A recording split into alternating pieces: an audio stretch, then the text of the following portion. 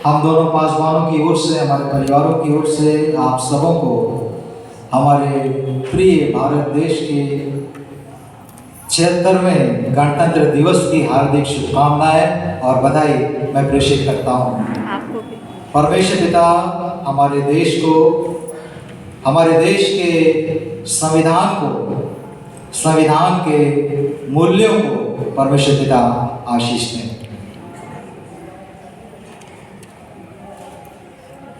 निर्गमन की पुस्तक और उसका तीसरा अध्याय, निर्गमन की पुस्तक और उसका तीसरा अध्याय और उसका 14वां पद। निर्गमन 3 और उसका 14वां पद।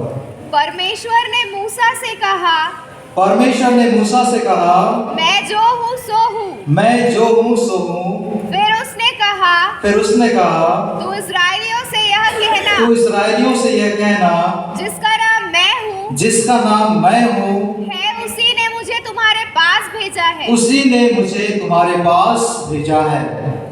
आप इसकी पृष्ठभूमि से वाकिफ हैं, परिचित हैं। परमेश्वर पिता ने मूसा को चुना कि फिरौन के पास जाए और इस्राएलियों को छुड़ाने के लिए वो उससे कहे। फिरौन मिस्र देश का राजा है, शासक है, और जब परमेश्वर पिता ने उससे ये बात कहते हैं तो मूसा कहता है कि मैं उसको क्या कहूँगा। जब मुझसे ये पूछा जाएगा कि किसने तुम्हें भेजा है तो मैं क्या कहूँगा। और परमेश्वर पिता कहते हैं कि उनसे कहना कि मैं जो हूँ सो हूँ, उसी ने तुम्हें भेजा है। I am what I am has sent me। मैं हूँ, मैं जो हूँ सो हूँ। मैं बस इसमें से एक बात थोड़ी देर के लिए उसके ऊपर आपका ध्यान ले जाना चाहता हूँ और उसके बाद फिर हम लोग जो पाठ पढ़ा गया उसमें जाएंगे। परमेश्वर पिता ये कह रहे हैं कि मैं जो हूँ सो हूँ, मैं हूँ, मैं हूँ, मैं हूँ। हूँ क्या है? एम क्या है? एम क्या है? एम नाउन है, एडजेक्टिव है, एडवर्ब है, वर्ब है, कंजक्शन है। क्या है वर्ब? एम वर्ब है। धन्यवाद, थैंक यू। एम वर्ब है।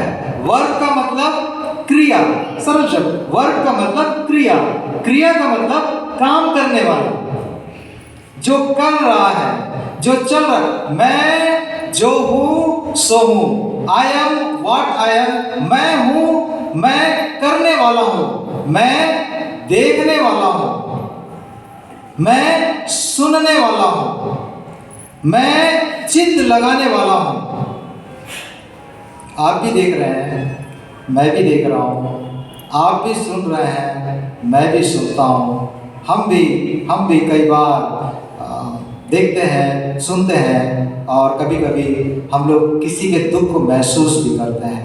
लेकिन परमेश्वर का देखना और हमारा देखना, ये दोनों में फर्क है। परमेश्वर पिता का देखना और हमारे देखने में जमीन और आसमान का फर्क है। हमारा देखना हमारे देखने का दायरा सीमित है, लेकिन परमेश्वर पिता उन बातों को भी देखते हैं जो हम नहीं देख सकते हैं। और इसलिए वचन में लिखा है कि मनुष्य तो केवल बाहर का रूप देखता है, लेकिन परमेश्वर पिता मनों को जांचने वाले परमेश्वर हैं। सो वो परमेश्वर पिता जो हैं, जो काम कर रहे हैं, वो उनका काम चल रहा है। उनका काम अभी भी, जब हम अपने भारत देश के 76वें गणतंत्र दिवस को मना रहे हैं, उनका काम चल रहा है।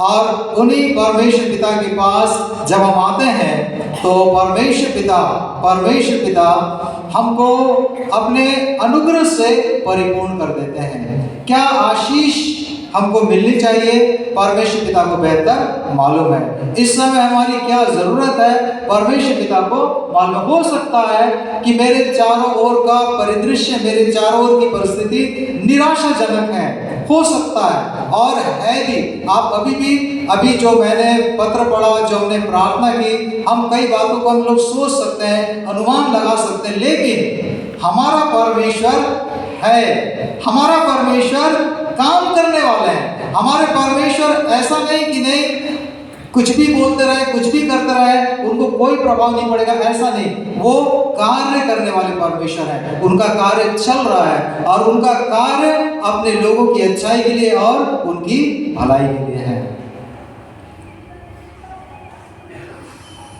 आज कलीसिया की तरफ से भी, कलीसिया के रूप में भी हम लोगों ने झंडा वंदन किया, झंडा वंदन किया वहाँ पर हेरल्ड चैपल के सामने, जहाँ हमेशा करते हैं। और गणतंत्र दिवस के उपलक्ष्य में हमने झंडा वंदन किया। और झंडा वंदन करना ये कलीसिया के लिए महत्वपूर्ण भी है।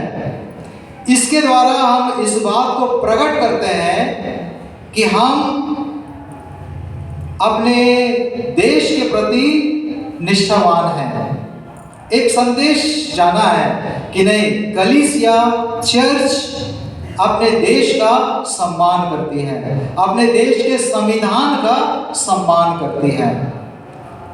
और हम प्रार्थना करते हैं परमेश्वर पिता को उन तमाम सेनानियों के लिए धन्यवाद देते हुए परमेश्वर पिता से प्रार्थना करते हैं कि जो संविधान हमको मिला है उसके प्रति पूरी कलीसिया जागरूक रहे, उसके प्रति पूरी कलीसिया निष्ठावान रहे, उसके प्रति पूरी कलीसिया जिम्मेदार रहे।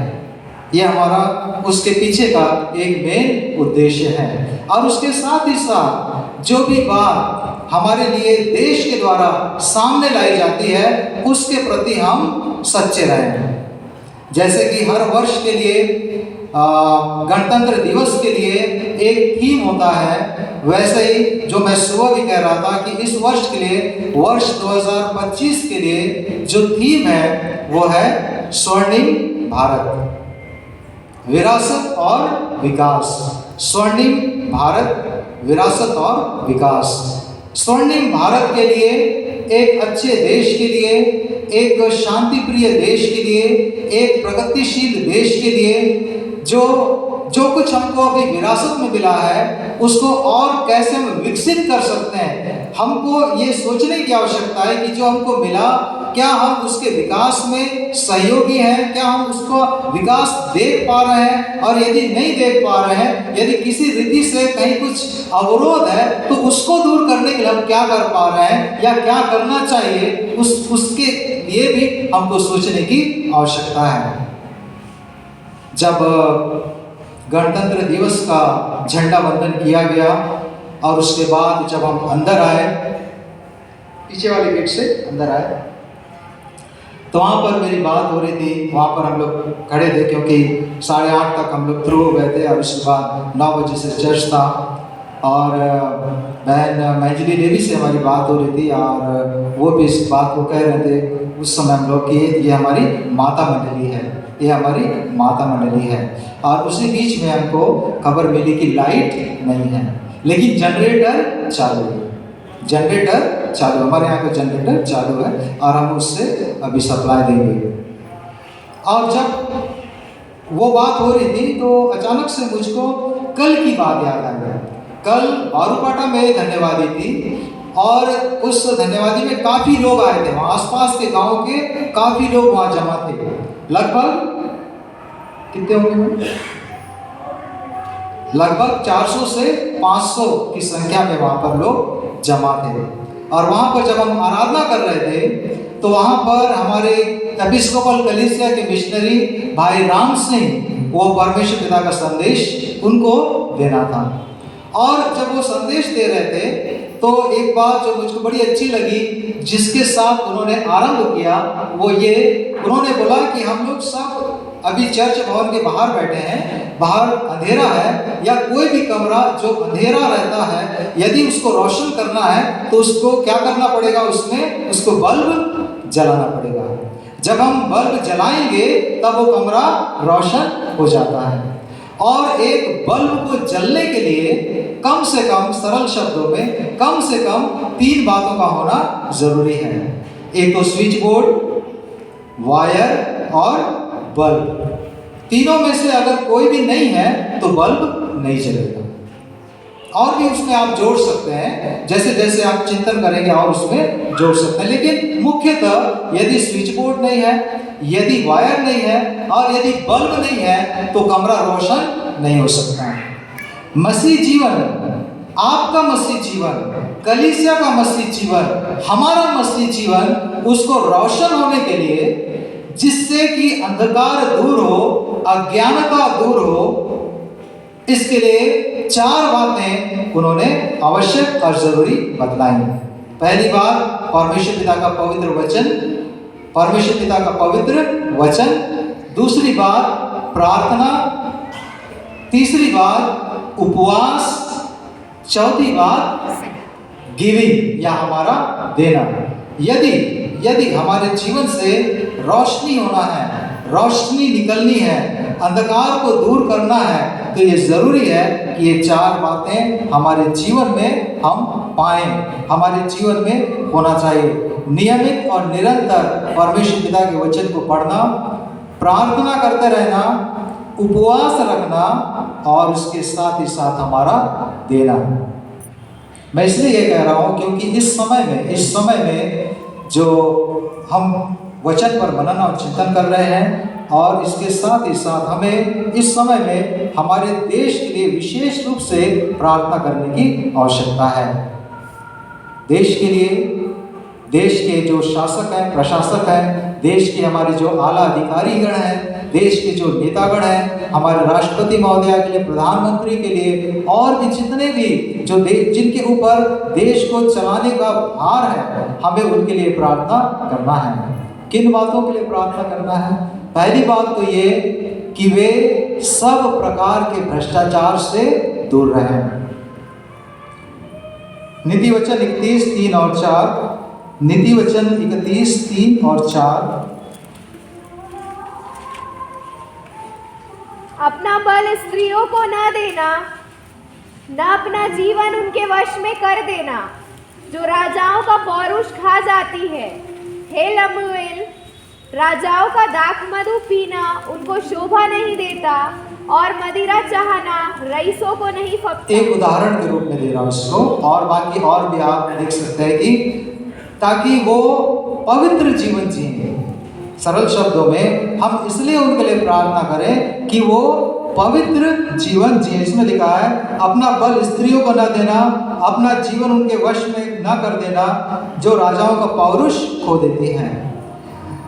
दाख मधु पीना उनको शोभा नहीं देता, मदिरा चाहना रईसों को नहीं फबता। आप दुनिया में जब आप सर्वे को देखते हैं, तो सर्वे में जब आप ये देखेंगे कि दुनिया के सबसे धनी 10 व्यक्ति कौन कौन है, आप सर्च करेंगे गूगल से तो आपको पता चल जाएगा कौन कौन धनी 10 हैं।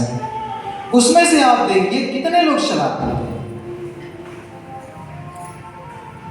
रईसों को शराब पीना नहीं फबता। पहली बात जो मैं कहना चाहता हूँ, ये हमारी प्रार्थना हमारे देश के हरेक चलाने वालों के लिए हो कि वे पवित्र और शुद्ध, वो पवित्र और साफ जीवन जिए।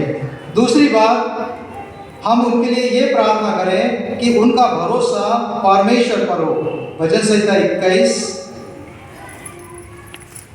भजन संहिता 21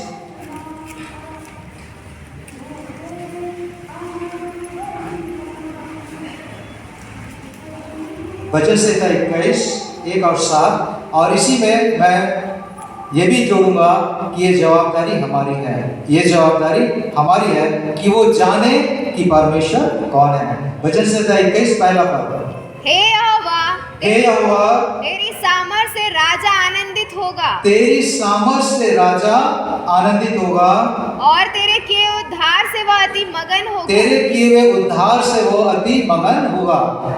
हे यहोवा, तेरी सामर्थ से राजा आनंदित होगा। तेरी सामर्थ से मतलब यह है कि वो इस बात को जाने कि उनको परमेश्वर पर निर्भर होने की आवश्यकता है, सच्चे ईश्वर पर निर्भर होने की आवश्यकता है, क्योंकि उन्हीं की सामर्थ्य से वो आनंद प्राप्त कर सकते हैं। 7वां पद, क्योंकि राजा का भरोसा यहोवा के ऊपर है, क्योंकि राजा का भरोसा यहोवा के ऊपर है, और परम प्रधान की करुणा से वह कभी नहीं और टलेगा। परम प्रधान की करुणा से वो कभी नहीं टलेगा। राज्य और राजा कब टल जाते हैं? जब परम प्रधान की करुणा उनके ऊपर से हट जाती है। दानियल ने क्या प्रार्थना की? परमेश्वर पिता, बुद्धि और ज्ञान को देने वाले परमेश्वर आप हैं, ऋतुओं को पलटने वाले परमेश्वर आप हैं, राजाओं का अस्त और उदय भी आप ही करते हैं। सो पहली बात तो ये कि हम ये प्रार्थना करें कि हमारे ये लोग वो बुराई और भ्रष्टाचार से बचे रहें। दूसरी बात ये कि वो सच्चे परमेश्वर को जाने जिसकी जवाबदारी हमारे ऊपर है, और कि वो उनके ऊपर निर्भर रहें। और तीसरी बात ये कि उनको अच्छे सलाहकार मिले। सबोपदेशक 4:13, सबोपदेशक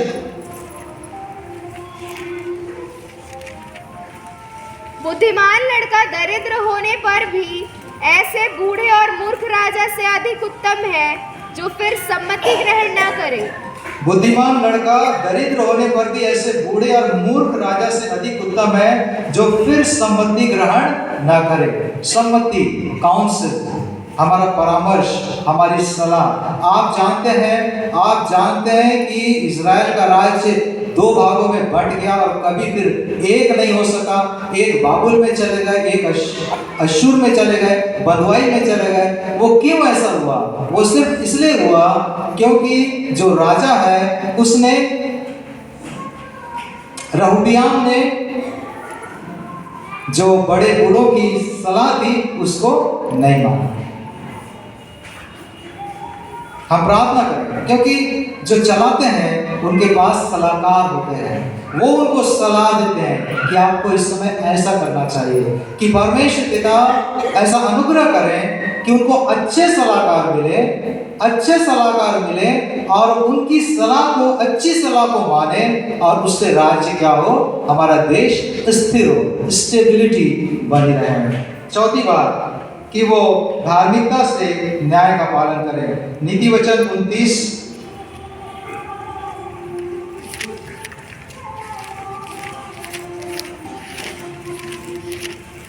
14। जो राजा कंगालों का न्याय सच्चाई से चुकाता है उसकी गति सदैव स्थिर रहती है। जो कंगालों का न्याय सच्चाई से चुकाता है उसकी गति सदैव स्थिर रहती है। और परमेश्वर पिता अपने वचन के द्वारा इन बातों को बताते हैं कि जब एक व्यक्ति उनका न्याय चुकाता है तो जो कंगाल है, जो दरिद्र है, जो शोषित है, जो भूखे हैं, जो आवश्यकता में है, जो जरूरतमंद है, उनका न्याय चुकाना, उनका न्याय धार्मिकता से चुकाते हैं तो जो गद्दी है वो हमेशा बनी रहती है। और पांचवी और अंतिम बात जिसके साथ मैं समाप्त करूंगा इस बात को, और वो ये है कि हम परमेश्वर पिता से प्रार्थना करें कि वे लोग सुरक्षित रहें, जिनके ऊपर देश को आगे चलाने का कार्यभार है वे लोग सुरक्षित रहें। सो पहली बात कि वे लोग भ्रष्टाचार से दूर रहें, बुराई से दूर रहें। दूसरी बात वो ये कि वे लोग परमेश्वर पर निर्भर रहें। तीसरी बात वो कि उन्हें अच्छे सलाहकार मिले, धार्मिकता से न्याय करें और परमेश्वर पिता उनके रक्षक हों। यदि नगर की रक्षा यहोवा न करे तो जागने वाले परमेश्वर कितने ही अंगरक्षक क्यों न रख लें, उसका कोई फायदा नहीं है। परमेश्वर पिता अपने पवित्र वचन के द्वारा इस बात को बतलाते हैं कि जब हम अपना भरोसा परमेश्वर पिता पर रखते हैं और परमेश्वर पिता पर भरोसा रखकर अपने कार्यों को करते हैं परमेश्वर हमारे कार्यों में हमको सफलता देते हैं। और यही बात नहमिया की पुस्तक में हम पढ़ते हैं। नहमिया की पुस्तक आप सब जानते हैं, इसलिए बहुत ज़्यादा उसमें नहीं जाऊंगा कि कैसे। पर नहमिया का अर्थ है परमेश्वर पिता ढाढ़स देने वाले हैं, परमेश्वर पिता शांति देने वाले हैं, परमेश्वर पिता एक तसल्ली देने वाले प्रभु हैं। नहमिया का अर्थ है। और नहमिया जो कि राजा का पियाऊ है, परमेश्वर पिता ने उसको एक विशेष कार्य को करने के लिए बुलाया। और जब उसने उस कार्य को करने के लिए अपने आप को तैयार किया, कई प्रकार की परेशानी और तकलीफों से उसका सामना हुआ, लेकिन अंततः वो विजय हुआ, क्योंकि उसने परमेश्वर पिता से प्रार्थना की। और जैसा कि मैंने पहले भी कहा कि प्रार्थना को सुनने वाले परमेश्वर पिता हैं, प्रार्थना को सुनकर उसका उत्तर देने वाले परमेश्वर पिता हैं। अक्सर गाते हैं, अक्सर पढ़ते हैं, लेकिन कितना वहाँ पे लिखा है कि जब नहमिया को पता चला कि उसके लोग दुर्दशा में हैं, यरूशलेम की शहरपनाह टूटी हुई है, यरूशलेम की शहरपनाह टूटी हुई है, इसका मतलब यह है कि लोग कहीं से भी किसी भी तरफ से यरूशलेम में आक्रमण कर सकते हैं, और इसलिए वो चिंतित है। आज हमको इस बात को प्रभु के सामने रखने की आवश्यकता है कि परमेश्वर पिता, आप जानते हैं बाइबल में एक सामान्य अर्थ है, एक आत्मिक अर्थ है, एक ऐसे अर्थ है सामान्य रीति से, और एक स्पिरिचुअल मीनिंग उसमें है। हमारे जीवन की शहरपनाह का कोई क्षेत्र यदि किसी भी रीति से ध्वस्त हो गया है, ढा दिया गया है शैतान के द्वारा, तो उसको फिर से बनाए जाने की आवश्यकता है, उसको फिर से मरम्मत करने की आवश्यकता है, ताकि शैतान का आक्रमण उसमें ना हो। और आप जानते हैं कई बातों में एक बात ये भी शामिल है कि जब उसने कार्य करने के लिए अपने आप को तैयार किया, तो कई प्रकार से उसको विरोधों का सामना करना पड़ा। और वचन में जब हम आगे जाएंगे तो वहाँ पे ऐसा लिखा है कि जब वो करने के लिए आगे आया, तो नहमिया 2 और 10 उसमें ऐसा लिखा है, 2 और 10 मैं इसको पढ़ता। यह सुनकर कि एक मनुष्य इस्राएलियों के कल्याण का उपाय करने को आया है, होरोनी संबलत और तोबिया नाम कर्मचारी जो अम्मोनी था, उन दोनों को बहुत बुरा लगा। जब आप कुछ अच्छा करने के लिए सामने आते हैं, कई बार आपको बुरा लग सकता है। जब कई बार कहीं पे स्कूल नहीं है, बच्चे लोग शिक्षा से अनभिज्ञ हैं, बच्चे लोगों को शिक्षा बहुत जरूरी है। जब कोई चर्च, कोई कलीसिया सोचती है इस बारे में और वहाँ पे एक स्कूल बना देती है, तो सबको बड़ा अच्छा लगता है, सब बड़े खुश हो जाते हैं। जब देखते हैं कि कहीं पर कोई भीड़ इलाके में जहाँ पे पहुँचना आसान नहीं है, जब लोग किसी बीमारी से मर रहे हैं, वहाँ पर कोई चर्च, कोई कलीसिया सोचती है और वहाँ पर एक हॉस्पिटल खोल देती है, तो सब खुश हो जाते हैं, क्योंकि लोगों का जीवन बच रहा है। जब महामारी आ जाती है, कोरोना आ जाता है, जब लोग कई प्रकार की आवश्यकता में, कई प्रकार की जरूरत में, अभाव में है, तब चर्च सोचती है और वहाँ पर राहत सामग्री देती है, तब लोग कुछ नहीं बोलते हैं, अच्छा लगता है। कई बार जब प्राकृतिक आपदा आ जाती है, नेचुरल कैलामिटीज आ जाते हैं, बाढ़ है, भूकंप है, और तब कई लोग बेघरबार हो जाते हैं, तब उस समय चर्च, कलीसिया उनको मदद करती है, तब अच्छा लगता है। कई लोग, कई बच्चे जो कि शारीरिक रीति से, जो फिजिकली चैलेंज है, एक नया टर्म दिया है अभी, वो लोग उनकी सेवा शुश्रूषा में लगे हैं, अच्छा है। जब सब इतना अच्छा है, जब आप इतना अच्छा कर रहे हैं, जब कलीसिया इतना अच्छा कर रही है, तो कलीसिया का कोई व्यक्ति यदि किसी की डेथ हो जाती है, तो उसको गाड़ने क्यों नहीं दिया जा रहा है उसी स्थान पर जहां पर वो। मैं क्या कहना चाह रहा हूं, हमको कितना एजुकेट होना था, हमको कितना शिक्षित होना था, एजुकेशन सिर्फ इंफॉर्मेशन नहीं है, लेकिन ये ट्रांसफॉर्मेशन है। और इसलिए मैं बार बार कहता हूँ, education is not just information but transformation. Transformation तो नहीं हुआ, जान गए हैं बस, लेकिन हो कुछ नहीं रहा है, वो शिक्षा नहीं है। क्यों ऐसा हो रहा है? उसके लिए हमको सोचने की आवश्यकता है कि किस प्रकार से हम अपने देश को आगे बढ़ाएंगे। सामान्य तौर पर बहुत नीचे तौर पर यदि हम आकर देखते हैं, जब आप घर में बैठे हैं सब ठीक है, लेकिन जब आप चाहते हैं कि नहीं आप कुछ सेवा काम करें, कलीसिया का कुछ कार्यभार उठाएं, कलीसिया में कुछ सेवकाई में अपना योगदान दें, तो कई लोगों को क्या लग सकता है? बुरा लग सकता है। लेकिन नहम्याह उस बात से हिला नहीं, उस बात से डिगा नहीं, लेकिन अपने कार्य को वो करता चला गया। और इसलिए ये आवश्यक और ज़रूरी है कि जहाँ पर जो कार्य हमको करना है, जो जवाबदारी हमको पूरी करनी है, परमेश्वर पिता के भय में, क्योंकि सच्चा न्याय वही है जो पक्षपात नहीं करता। हमें अपने कदम को बढ़ाने की आवश्यकता है। परमेश्वर पिता हम सबों को बड़ी आशीष दे। आइए हम प्रार्थना